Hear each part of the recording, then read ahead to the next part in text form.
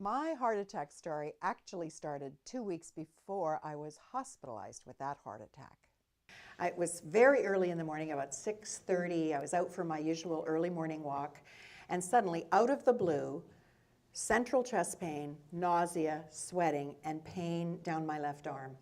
And it was that pain down my left arm that frightened me because I thought I remember hearing or reading something about pain down your arm being a heart attack sign. And I remember I had to stop suddenly. It was the symptoms were so awful that I had to stop suddenly. I was leaning against a big tree, and my first thought was, this better not be a heart attack, because I do not have time for this today.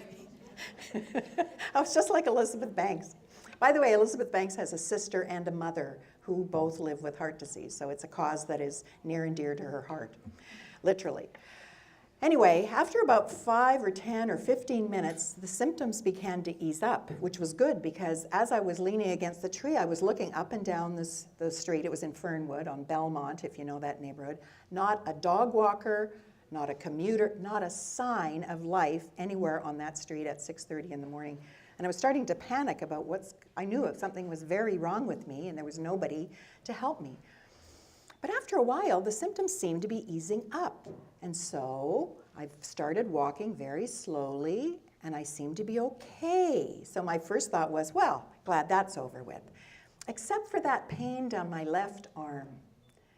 I just couldn't stop thinking about it. And since I had to walk right past the Jubilee Hospital on my way home to my house on Granite, I decided I better stop in and just get this checked out, which was the only smart decision I made for the entire experience of my heart attack.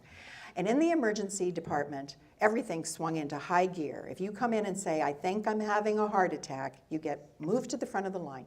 All of my test results, all of my diagnostic test results came back normal. The emergency room physician looked at me and said, you are in the right demographic for acid reflux. Go home, see your family doctor, you'll get a prescription for an antacid. Goodbye and have a nice life. Well, I was so embarrassed because I just made a big fuss over nothing. And how many of you have a fear of making a big fuss over nothing? It's very common in women. So I went on about my day thinking, well, that was weird, but at least I know what I have. So 2 days later, when the symptoms came back, which of course they did, I knew this time it wasn't my heart. Because a man with the letters MD after his name had told me very clearly, it is not your heart. So nobody has to tell me twice. And besides, I knew from my first experience that the way acid reflux works is that it goes away after 10 or 15 minutes if you just sit very, very quietly. And that's what happened at work.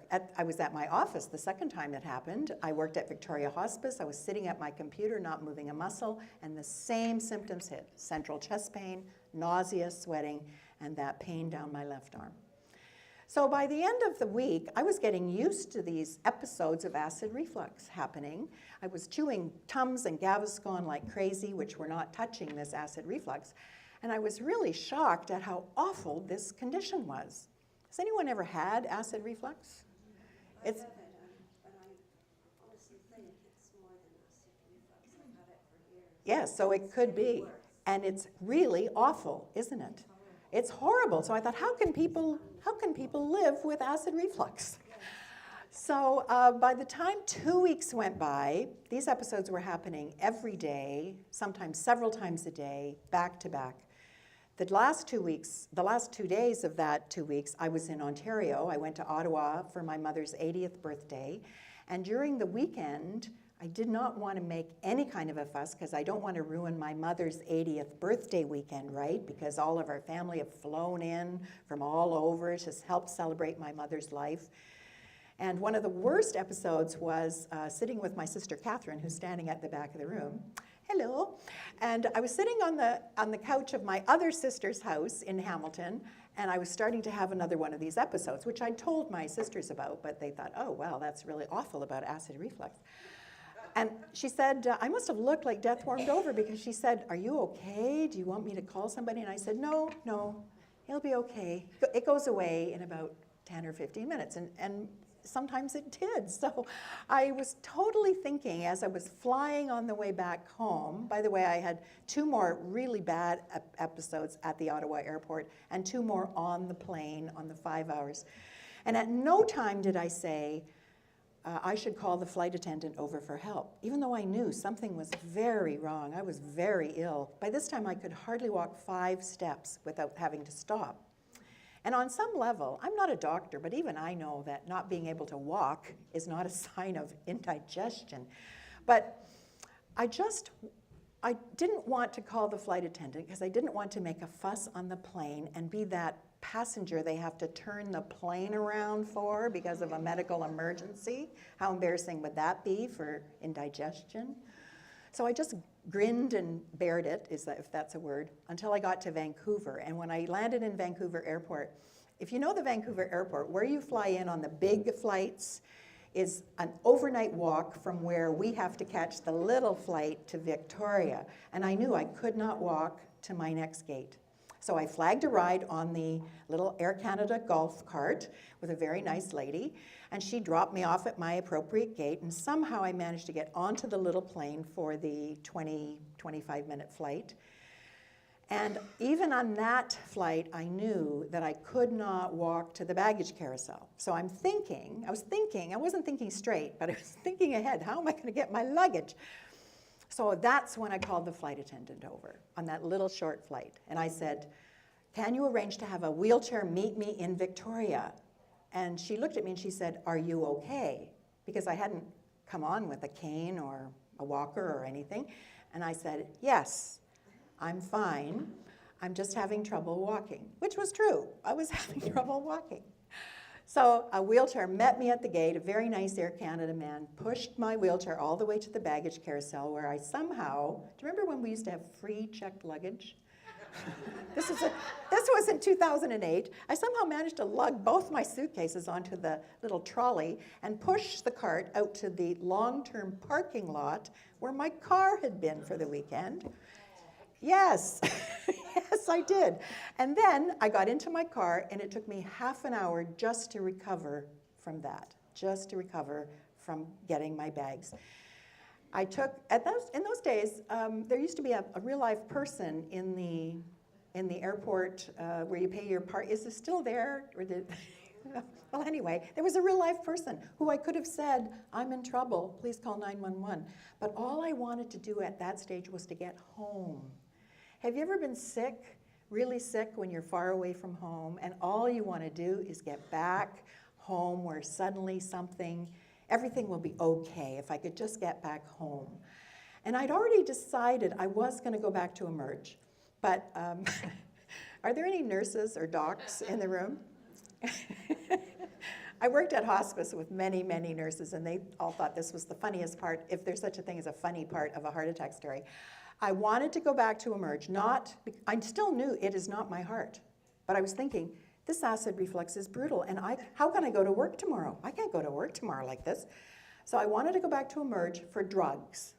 I wanted serious antacid drugs, possibly intravenous, so that I could go back to work the next morning. And I didn't want to go at the middle of the night. This was a very late flight I was on. It was about 1:30 or 2 in the morning. And as all nurses will tell you, you don't want to go to Emerge at 2 in the morning. You want to go after shift change when the staff are fresh. So that's what I did. I went home, I flopped into my bed with my boots and coat still on, and I waited until about 7:30 the next morning, went back to Emerge. And this time, I could tell right away by the looks on the faces of the emergency staff that things were very different. This time, they called in a cardiologist. They hadn't called in a cardiologist before, 2 weeks earlier. And the cardiologist came in and he said, I can tell by all of your test results, your T waves, that you have significant heart disease. And I said, how could I have significant heart disease when 2 weeks ago, this very emergency department sent me home with acid reflux? And he explained to me that part of the issue is that the type of diagnostic tools that doctors have to work with were researched and developed on men, usually white, middle-aged men. As a matter of fact, even the lab animals, you know how they have to test on animals before they get to test on humans? Even the lab animals are male. So tests that work pretty well, they're pretty accurate in diagnosing heart disease in men, may not be as accurate in women. And it works both ways. They may tell you that you're normal, like I was told, or they may tell you that there is a problem when there isn't a problem. So you're going to hear more about that in a few minutes. So the upshot of that was that I went immediately from the ER upstairs to the OR and had a stent implanted for a 95% blocked coronary artery. What doctors still call the widowmaker heart attack, because in the olden days when they gave it that name, I'm assuming that it was usually fatal and it would make the person who had it a widow. The person who survived would become a widow. They don't call it the widower maker, do they? So it's really, it's an interesting use of semantics. It's still a male heart attack that has the name of a male heart attack. Now, one of the reasons that in the end was I was recovering in the CCU, which is the intensive care unit for heart patients. One of the reasons that it made sense to me that I wasn't having a heart attack was because of my stereotype of what a heart attack looks like. And the way that I pictured a heart attack, if I ever thought about heart attacks, which was approximately never, but if I ever did, I pictured a man, an old fat man, out on the golf course. And suddenly, out of the blue, central chest pain, falls down, unconscious, 911, CPR, sirens. I mean, that to me was a heart attack. So really, how could I be having a heart attack when I could walk, I could talk, I could think, I could go to work, I could drive to the airport, I could fly to Ottawa. Those are not things that a person having a heart attack would be able to do. So it made it easier for me to believe that. And besides, I'd much rather have indigestion than heart disease. Wouldn't you? So I'll take the indigestion. I was in such denial, even as my symptoms got worse and worse and worse. And clearly, I often say now, if that emergency room physician had Googled my symptoms, if he had asked Dr. Google, what does it mean if you have central chest pain, nausea, sweating, and pain down your left arm? You know, I'm pretty sure there's only one solution that would have come up from Dr. Google. But I was in such denial that I grasped onto that, and I didn't want to make a fuss. And there was a really interesting study about making a fuss and the reasons that women don't seek emergency help even in the middle of a heart attack that I want to tell you about. I'm going to read it to you because I want to make sure I get this right. Whoops.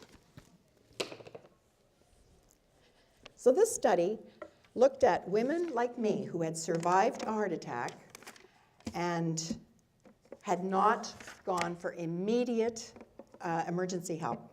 Hang on.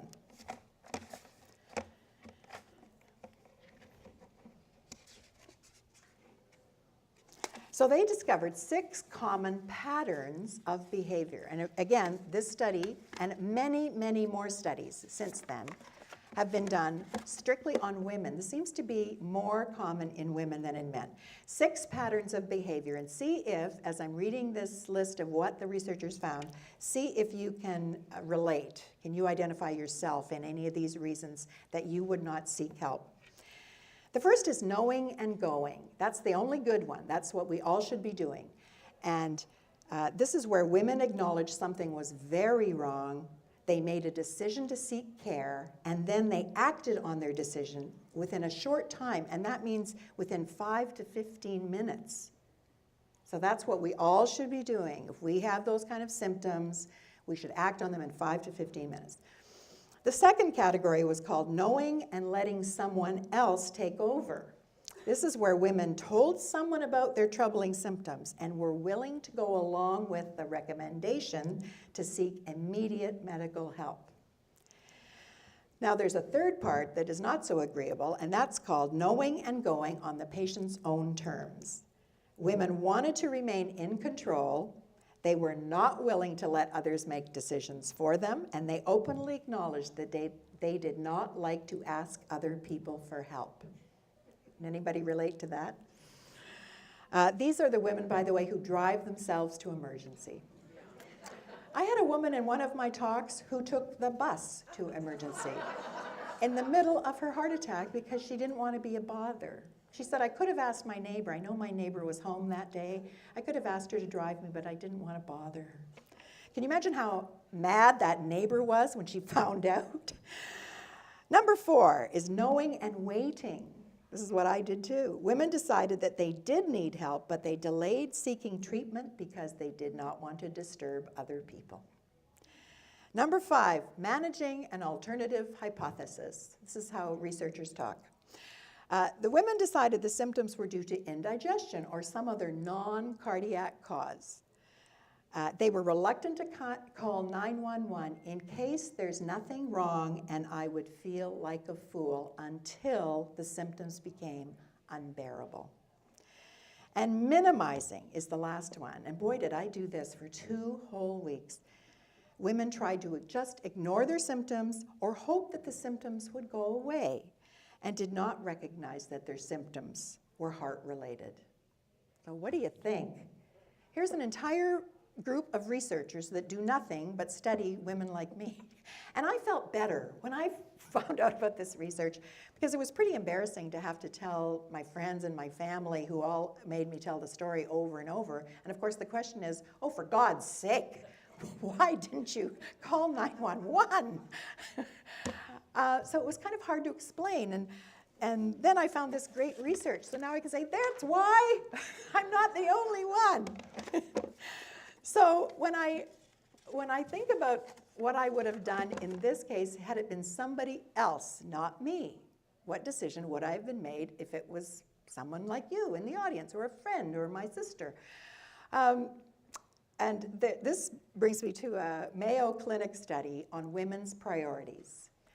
And they asked women, what is most important to you in life? If having a heart attack is not important, what's more important than that when you are in the middle of a heart attack?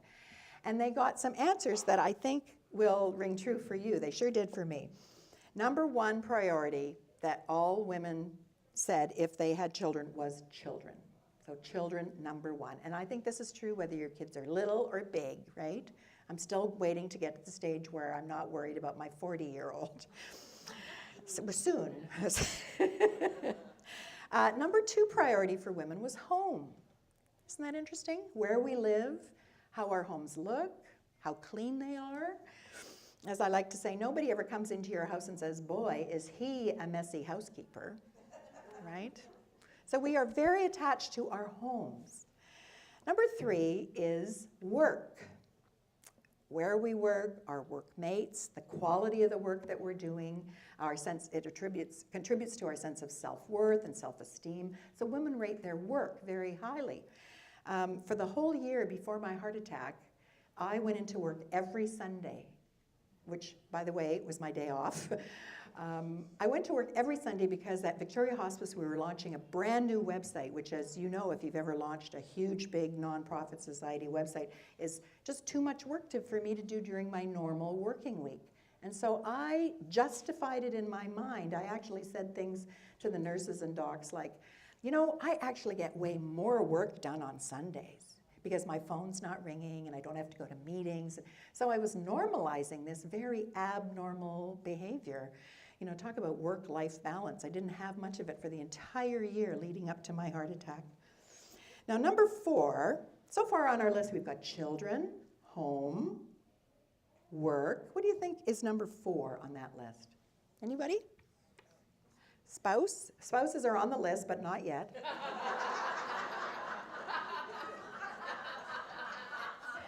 Pets, yes. And isn't that true? Don't we just love our pets? Yes. And what do you think is number 5 on that list? That's spouse, yes. That's where husbands come in. Right below the dog. I'm sorry, gentlemen. But that's the truth. And what do you think is last on this priority list? Ourselves. Now, isn't that pathetic? What is wrong with that priority list? And this is where I like to ask my group, what do you think I would have done had it been my sister Catherine, or my daughter Larissa, or even you people? You're perfect strangers, most of you, and I don't even know you, but do you think that if you were suffering those same symptoms, I would be screaming blue murder to get you help? I wouldn't have, if it were my daughter or somebody I cared about on that plane, I would have been demanding that they turn that plane around. I wouldn't have been too embarrassed to make a fuss for somebody I love. So why are we so reluctant to make a fuss when it's about us? I had a woman in one of my audiences whose first symptoms happened on Christmas Eve, the morning of Christmas Eve. And they were like mine. They were not vague. You know, you've heard about women's vague, atypical, unusual cardiac symptoms. They weren't. They were like mine, textbook, Hollywood heart attack symptoms. But her first thought was, I have 12 people coming for Christmas dinner tomorrow. I can't go to the hospital now. So until we rearrange that priority list in our own, for ourselves, we really are going to be doomed to keep doing this, to keep putting other things and other people ahead of our own self, ahead of our own needs. So think about that. Next time you've got some weird thing going on, what would you do if this were happening to your sister or your mom or your friend or your daughter? What would you do? And then take that exact same action for yourself.